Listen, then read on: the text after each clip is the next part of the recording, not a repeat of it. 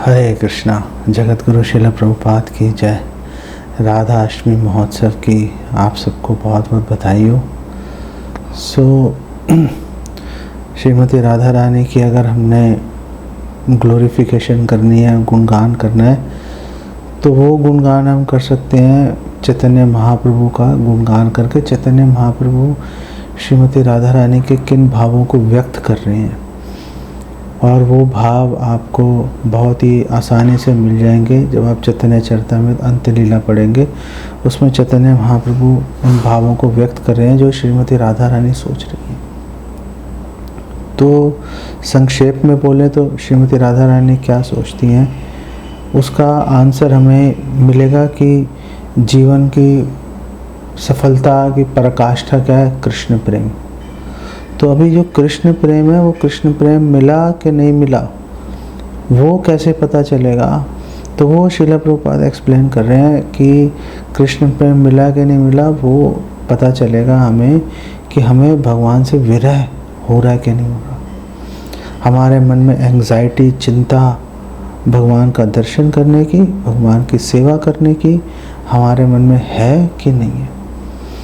और आप देख लो, 6 गोस्वामी हैं, क्या बोल रहे हैं? हे राधे ब्रज देव के चलते, हे नंद सुनो कुता, हे श्रीमती राधा रानी अष्ट सखियाँ, भगवान कृष्ण आप कहाँ हो? हम आपको देख नहीं पा रहे, प्लीज़ हमें दर्शन दीजिए। तो विरह का अनुभव कर रहे हैं, और वो बोल रहे हैं हम बोल नहीं सकते इसको, क्योंकि हमें विरह का अनुभव ही नहीं हो रहा। लेकिन हम फिर भी जो है इस प्रार्थना को हम गा सकते हैं कि 6 गोस्वामी क्या अनुभव कर रहे हैं अपने मन के अंदर। जैसे हम आज विरह की भावना की हम लोग बात करेंगे, तो चैतन्य महाप्रभु हैं, चैतन्य महाप्रभु ने जैसे गोपियों के भाव को चैतन्य महाप्रभु ने उनकी प्रशंसा की, ऐसे चैतन्य महाप्रभु ने श्रीला माधवेंद्रपुरी श्रीपाद के जो भाव है, जो वो भगवान कृष्ण से विरह का भाव अपने हृदय में उन्होंने पोषण किया, उसकी बहुत सराहना कर रहे हैं, उसकी बहुत प्रशंसा कर रहे हैं। श्रीला माधवेंद्रपुरी ने वृद्धावस्था में श्री गोपाल, जिनको हम लोग अब श्रीनाथ भगवान के नाम से जानते हैं, जो कि नाथ द्वारा में विराजमान है, तो श्री गोपाल के कहने पर हज़ारों किलोमीटर की यात्रा उन्होंने तय की। वृंदावन से, गोवर्धन से चले गए, उधर पुरी उड़ीसा चले गए, और वहाँ से चंदन और कपूर लेके आए, और फिर वापसी में भगवान की आज्ञा के अनुसार सारा चंदन और कपूर बालेश्वर में क्षीरचोर गोपीनाथ के उन्होंने श्री विग्रह पर अर्पित किया, तो भगवान को संतुष्ट किया। तो वो माधवेंद्रपुरी श्रीपाद क्या अपने हृदय में सोच रहे हैं? वो ये नहीं सोच रहे कि देखो भगवान ने मुझे दर्शन दिया, भगवान ने मेरे से बात की। माधवेंद्रपुरी श्रीपाद जो है वो श्रीमती राधा रानी के भावों को प्रकट कर रहे हैं। अये दीन दयाद्र नाथ, हे मथुरा नाथ, कदा अवलोक से, कदा अवलोक से, आपको कब देखूंगी? हे मथुरा नाथ, आपको कब देखूंगी? हे दीन दयाल, हे दीन हीन के स्वामी, मैं आपको कब देख पाऊंगी? हृदयम त्वद आलोक कातरम, आपको नहीं देख पाने के कारण मेरा हृदय पूरी तरह से कातर हो चुका है। दैत भ्राम्यति किम करोति हम, और हे स्वामी इधर उधर भाग रहा है मन, ये कर लेते हैं, वो कर लेते हैं, ऐसा कर लेते हैं, वैसा कर लेते हैं, कहीं से थोड़ा रिलीफ मिलेगा। जो भगवान के विरह से इतना ताप आ रहा है। और श्रील माधवेंद्रपुरी श्रीमती राधा रानी के भावों को प्रकट कर रहे हैं। किम करोमि हम, कुछ समझ नहीं आ रहा, क्या करूं, कुछ समझ नहीं आ रहा। चैतन्य महाप्रभु भी श्रीमती राधा रानी के भावों को प्रकट कर रहे हैं। मध्य लीला में आ रहा है, 4 अध्याय के 197वें श्लोक में, को आनंद कुल चंद्रमा, कि कहाँ है नंद नंदन श्री कृष्णा, जो कि मून है, जो कि चंद्रमा है नंद महाराज के कुल के। क्व शिखी चंद्रक अलंकृता, और कहाँ है कृष्ण जिनके मोर मुकुट जो है वो मोर के पंख से, जिनका मुकुट मोर के पंख से अलंकृत है, सुशोभित है। को मंद्र मुरली रवा, कहाँ है कृष्ण जो कि बहुत ही गहरी फिफ्थ नोट वंशी वादन करके सबको आकर्षित कर देते हैं। को नु सुरेंद्र नील द्युति, और कहाँ है कृष्ण जो जिनके अंग की कांति जो है नीलमणि के समान है।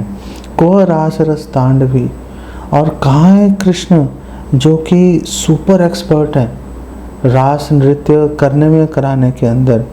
को सखी जीव रक्षौदरी, है सखी कहाँ पर है कृष्ण जो कि जीवों के रक्षा, जीवन रक्षा की औषधि है। निधिर्मम, कहाँ है कृष्ण जो कि मेरा सारा धन संपत्ति कृष्ण है। सुहृतमा, सुहृतमा, कहाँ है कृष्ण जो कि मेरे सर्वोत्तम, मेरे मित्र हैं, मेरे फ्रेंड हैं। क्वबत हंत हाधिक विदिन, मैं उनको देख नहीं पा रही, विधि पर धिक्कार है, विधि पर धिक्कार है। और फिर इस श्लोक को ही आगे जो है कृष्णदास कविराज जी कविराज एक्सप्लेन कर रहे हैं, और उन्होंने कई प्रयार इसके विषय में लिखे जो कि दर्शनीय है, सुनने श्रवणीय है, सुनना चाहिए हमें।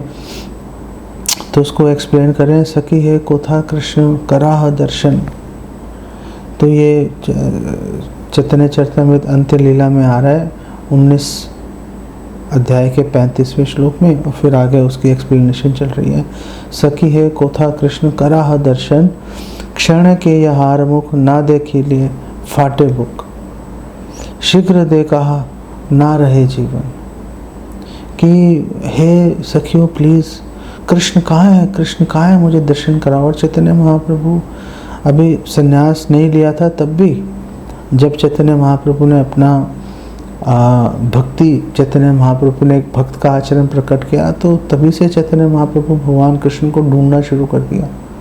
और हमें प्रसंग मिलता है कि चैतन्य महाप्रभु बैठे हैं अपने घर के बाहर और गदाधर पंडित से पूछ रहे हैं कि कृष्ण कहाँ है, कृष्ण कहाँ है। तो गदाधर पंडित ने बोला कृष्ण तो आपके हृदय में है। तो चैतन्य महाप्रभु अपने हृदय को उन्होंने चीरने की कोशिश की ताकि कृष्ण के दर्शन हो जाए। तो गदाधर पंडित ने बोला आप शांत रहो, शांत रहो, भगवान दर्शन देंगे आपको, कोई चिंता की बात नहीं है। तो चैतन्य महाप्रभु को थोड़ा सांत्वना मिली, उन्होंने जो अपना प्रयास था हृदय, अपना वक्ष जो है चीरने का, उन्होंने वो रोका। तो हम देख रहे हैं कि शुरुआत से ही चैतन्य महाप्रभु भगवान कृष्ण को ढूंढने में लग गए।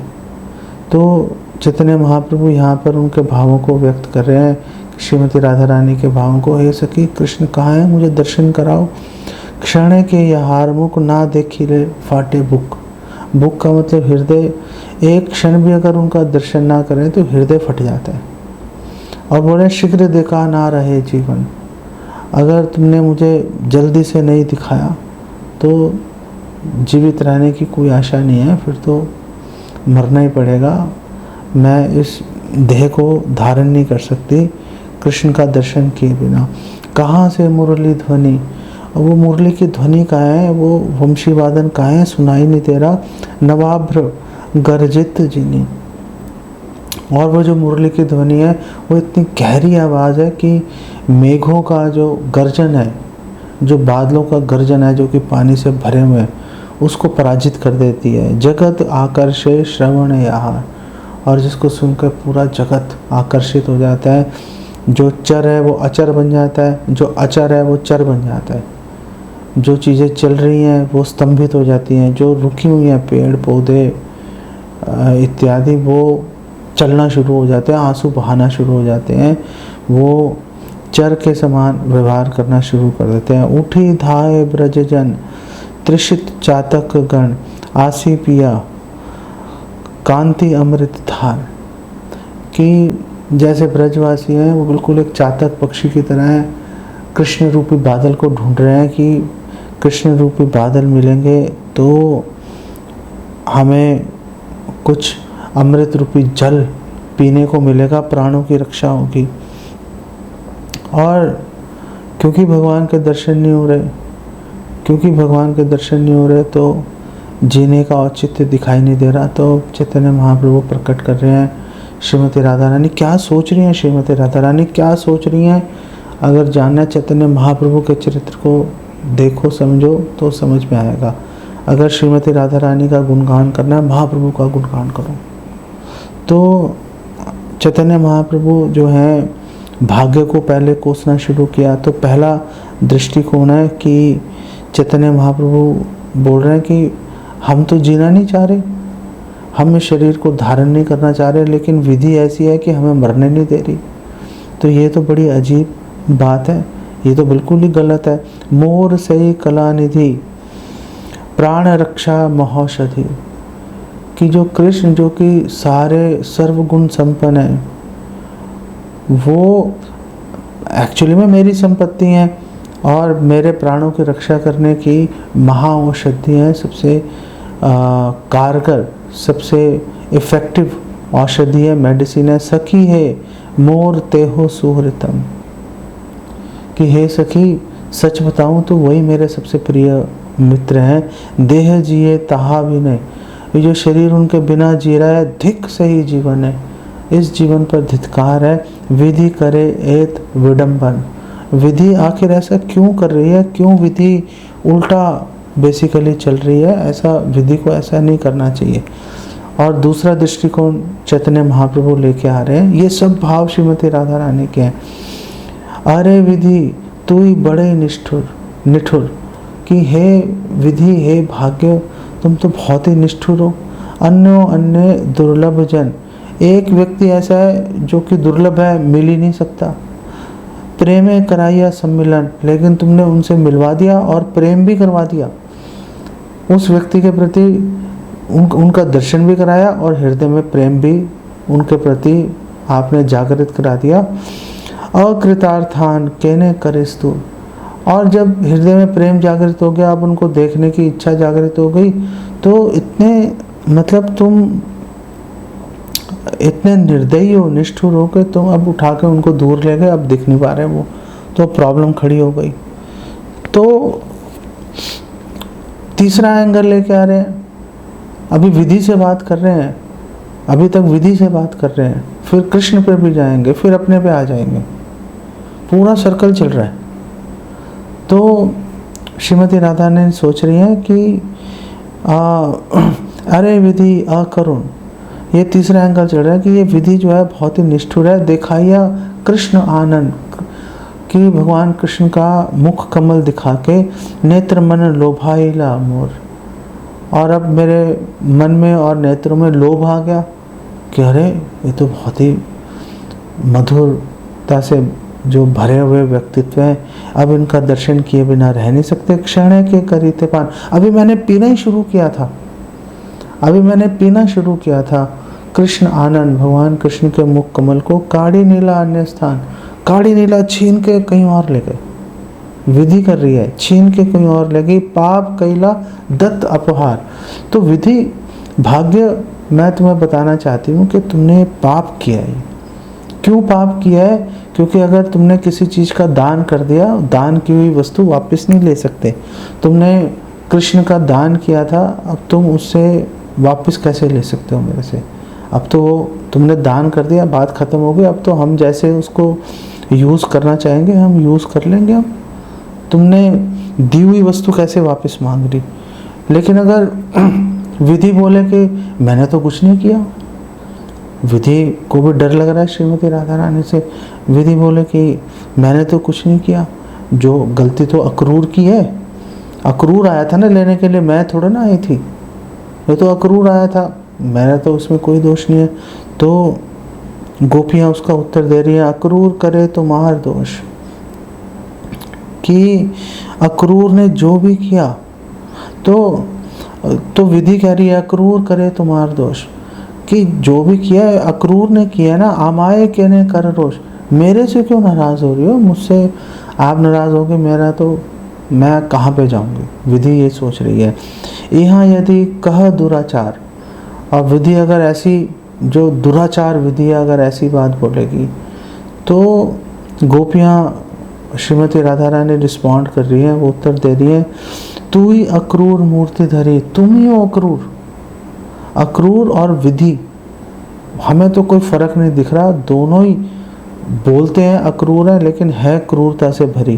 कृष्ण ने ली चोरी करी, कृष्ण को चुरा कर ले गए, हमारे पास थे, हमारी संपत्ति थी, हमें दान में मिली थी, बात खत्म हो गई, चोरी करके ले गए। अन्य नहीं आइछे व्यवहार, ऐसा कोई नहीं करता जैसे तुमने किया, कोई नहीं ऐसे करता जैसा तुमने किया। लेकिन अब विधि जो है, अब विधि ने, अब श्रीमती राधा रानी ने विधि से अपना ध्यान हटा दिया कि विधि को भी क्या ही दोष दें। अब कृष्ण ही चले गए, स्वतंत्र हैं, चले गए अपने आप ही, तो मतलब क्या करें। तो बोल रहे हैं आपना कर्म दोष, ये तो मेरे कर्मों का दोष है। तोरे की बा करी रोज, तुमसे क्रोध करने का क्या पॉइंट है, तुमसे क्यों क्रोध करें, और क्रोध क्यों ना करें, सवाल ये है। अभी तक तो आप कर रहे थे, अब आपने अचानक बोल दिया कि विधि से क्रोध क्यों करें। तो श्रीमती राधा रानी बोली है, तोए मोए संबंध विदुर, तुम्हारे और मेरे में कोई संबंध तो है नहीं, तुम अपने में राजी, हम अपने में राजी, तुम्हारे से हमारा कोई लेना देना नहीं है। तो तुम्हारा और मेरे आपस में हमारा क्या क्रोध हो सकता है, क्या रोष हो सकता है, हम तुम्हें नहीं जानते, तुम हमें नहीं जानते। ये हमार प्राणनाथ, जो मेरे प्राणनाथ है, अब भगवान कृष्ण पे आ गए। अब बोल रहे हैं ये हमारे प्राणनाथ, तुम्हारे से तो कोई संबंध नहीं है, लेकिन जो हमारे प्राणनाथ है, जिनके हमने अपने प्राण न्योछावर कर दिए, एकत्र रही यार साथ, जिनके साथ हमने समय बिताया, जिनकी सेवा कही, सही कृष्ण हईला निष्ठुर, यही कृष्ण, वही कृष्ण निष्ठुर हो गए। तो तुम्हें हम बेसिकली क्यों दोष दें, प्रॉब्लम तो हमें कृष्ण में दिख रही है ना, कृष्ण ही निष्ठुर हो गए, कृष्ण ही छोड़ के चले गए, तो तुम्हें तो हम क्या बोले, तुम्हारे से तो हमारा कोई संबंध नहीं है। लेकिन अब जब कृष्ण पे दोष आया, तो कृष्ण पे भी दोष नहीं लगा रह सकता, कृष्ण से भी दोष हटाना पड़ेगा। तो अपना ही दोष ढूंढ रही हैं, अब वो अपना दोष ढूंढ रही हैं। कृष्ण कहने करी रोष, अब कृष्ण पे भी क्यों क्रोध करें, क्यों कृष्ण पे गुस्सा करें, आपन दुर्दैव दोष, ये तो मेरा ही दुर्दैव है, मेरा ही अभाग्य है, मेरा ही दुर्भाग्य है, मेरे दुर्भाग्य के कारण सारी चीज हो रही है। पाकिल मोर ऐ पाप फल, मैंने जो पहले के पाप कर रखे थे वो अब पक गए, अब पक गए, अब उसका फल मुझे खाना पड़ रहा है पापों का, तो अब मैं क्यों दुखी हो रही हूँ। भुंजान एव आत्मकृतम विपाकम, ये मैंने ही पाप किए थे, अब उसको भोगना पड़ रहा है, अब किससे रोष करें। ये कृष्ण मोर प्रेमाधीन, अब वो कृष्ण तो मेरे प्रेम के अधीन थे, तारे कैला उदासीन, मेरे ऐसे पाप फल थे कि वो उदासीन ही हो गए कृष्ण, अब कृष्ण की हमारे में कोई रुचि नहीं रही। ए मोर अभाग्य प्रबल, ये मेरा दुर्भाग्य अभाग्य यही इतना प्रबल है कि ना तो विधि को दोष दे सकते हैं, ना अक्रूर को दोष दे सकते हैं, ना कृष्ण को दोष दे सकते हैं, सारी गलती अपनी है। ऐ मत गौर राय विषादे करे हाय हाय, इस तरह से चैतन्य महाप्रभु दुखित होकर पूरी तरह से और बोल रहे हाय, कृष्ण छोड़ के चले गए, कृष्ण दिखाई नहीं दे रहे, हा हा कृष्ण तुम ही गेला कति, हे कृष्ण कहाँ चले गए, क्यों चले गए, दिख नहीं रहे। गोपी भाव हृदय तार वाक्य विलापय, गोविंद दामोदर माधवेति। और चैतन्य महाप्रभु जो है वो गोपी भाव को अपने हृदय में लेकर, श्रीमती राधा रानी के भावों को हृदय में लेकर विलाप कर रहे हैं, उन्हीं के वचनों के अंदर उन्हीं के भावों को व्यक्त कर रहे हैं विलाप करते हुए, और बार बार बोल रहे हैं गोविंद माधव दामोदर। और कृष्णा बुक में श्रील प्रभुपाद 35वें अध्याय के अंदर भक्तों को ये परामर्श दे रहे हैं, सुझाव दे रहे हैं कि जो लोग मध्व गौड़िया संप्रदाय के अंदर हैं, उन्हें चैतन्य महाप्रभु से विरह का अनुभव करना चाहिए, चैतन्य महाप्रभु की अर्चना पूजा करनी चाहिए और चैतन्य महाप्रभु की दिव्य शिक्षाओं को, उनकी लीलाओं को, उनके गुणों को, उनके पार्षदों को, उनके आभूषणों को, उसके बारे में डिस्कशन करनी चाहिए, चर्चा करनी चाहिए। इससे भक्त जो है भक्ति में आगे उन्नति करेगा। और श्रील प्रभुपाद बोल रहे हैं कि भगवान की सेवा करते हुए भगवान से विरह का अनुभव करते रहना, यही कृष्ण भावनामृत की पराकाष्ठा है। 47वें अध्याय में श्रील प्रभुपाद लिख रहे हैं कि जो गोपियाँ रास नृत्य के समय वहाँ पर भाग नहीं ले पाई थी, सम्मिलित हो नहीं पाई थी, उन्होंने कृष्ण का ध्यान करते करते अपना शरीर छोड़ दिया। और श्रील प्रभुपाद बोल रहे हैं कि कृष्ण भावनामृत में पूरी तरह से ध्यानरत हो जाना, कैसे? भगवान से विरह का अनुभव करते हुए। यही सबसे त्वरित रास्ता, सबसे तेज उपाय है भगवान कृष्ण के चरण कमलों को प्राप्त करने का। और एलिवेशन टू कृष्णा कॉन्शियसनेस 5वें अध्याय में श्रील प्रभुपाद बोल रहे हैं कि हमें गोस्वामियों के और के चरण चिन्हों पे चलना चाहिए और इसी प्रकार श्रीमती राधा रानी को ढूंढना चाहिए, वृंदावन को अपने हृदय में बिठाना चाहिए। और ये जो प्रक्रिया है ये हम अपने मन से नहीं बोल रहे, ये चैतन्य महाप्रभु ने विरह में सेवा का जो भाव है चैतन्य महाप्रभु ने स्वयं प्रकट किया है, स्वयं स्थापित किया है। भगवान कृष्ण से विरह का अनुभव करते समय चैतन्य महाप्रभु अपने आप को समुद्र में फेंक रहे हैं, गंभीरा की जो दीवारें हैं उससे अपना मुख वो रगड़ रहे हैं, सारे खून से लथपथ हो रहे हैं और चारों तरफ पहरा होने के बावजूद चैतन्य महाप्रभु विरह के अंदर गायब हो जा रहे हैं और ढूंढ रहे हैं पागलों की तरह भगवान कृष्ण को। श्रील प्रभुपाद बोल रहे हैं कि ऐसा नहीं है कि हमें भगवान कृष्ण और श्रीमती राधा रानी की जो लीलाएं हैं हमें उसको आस्वादन करना चाहिए, जैसे हम कोई ड्रामा देख रहे हो या कोई स्पोर्ट्स चैनल देख रहे हैं, बहुत अच्छा मैच आ रहा है यहाँ, ये बहुत अच्छा ड्रामा है, इसको एंजॉय करते हैं। वो तरीका नहीं है, हमें श्री राधा कृष्ण से विरह का अनुभव होना चाहिए। जितना विरह का अनुभव होगा समझो उतना आप आगे बढ़ रहे हो, उतना आप आगे बढ़ रहे हो। और अगर हम लोग जो विरह की भावना है इसका दुरुपयोग करेंगे तो समझ लो माया में गिर जाएंगे। जो लोग भोग की भावना को बनाए रखते हैं और फिर भी लोगों से पूजा लाभ प्रतिष्ठा प्राप्त करने के लिए आंखों से आंसू बहाते रहते हैं, वो बेसिकली पूरी तरह से माया के अंदर है, पूरी तरह से माया के अंदर है।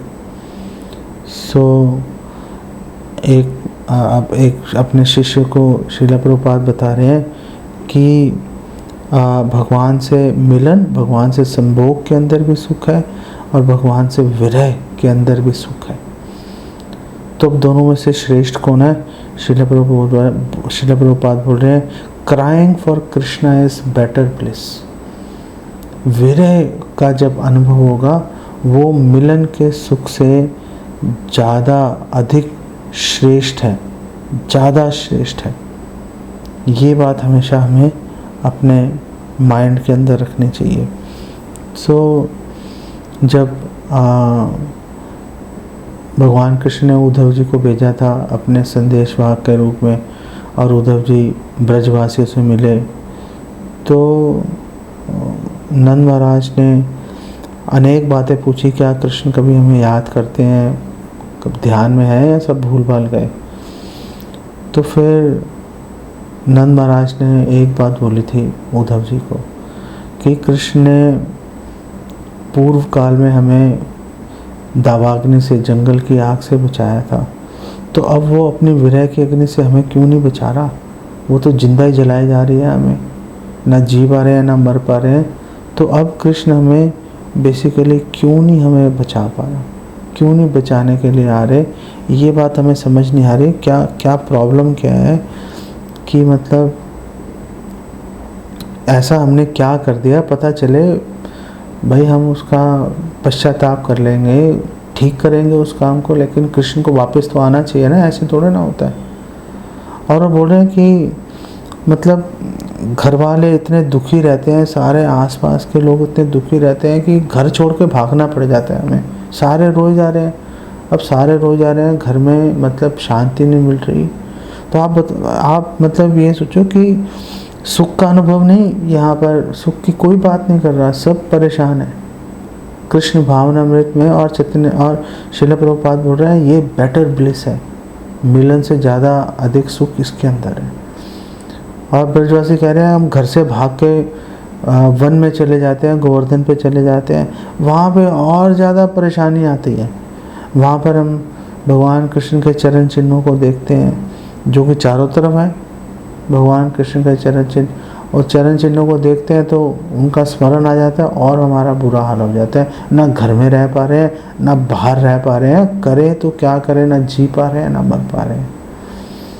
तो श्रीमती राधा रानी की अगर महिमा को जानना है तो विरह हमें ये समझना पड़ेगा, श्रीमती राधा रानी हमेशा भगवान से विरह का सुख लेती रहती है, हमेशा भगवान से विरह का अनुभव करती रहती है, क्योंकि भगवान से प्रेम है। भगवान से प्रेम दिखेगा कि हमें विरह का अनुभव हो रहा है कि नहीं हो रहा।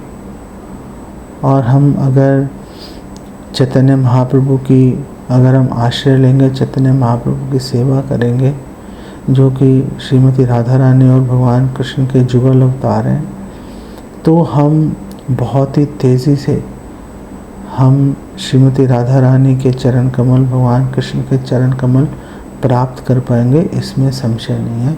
यहाँ पे इसको विराम देते हैं। हरे कृष्ण।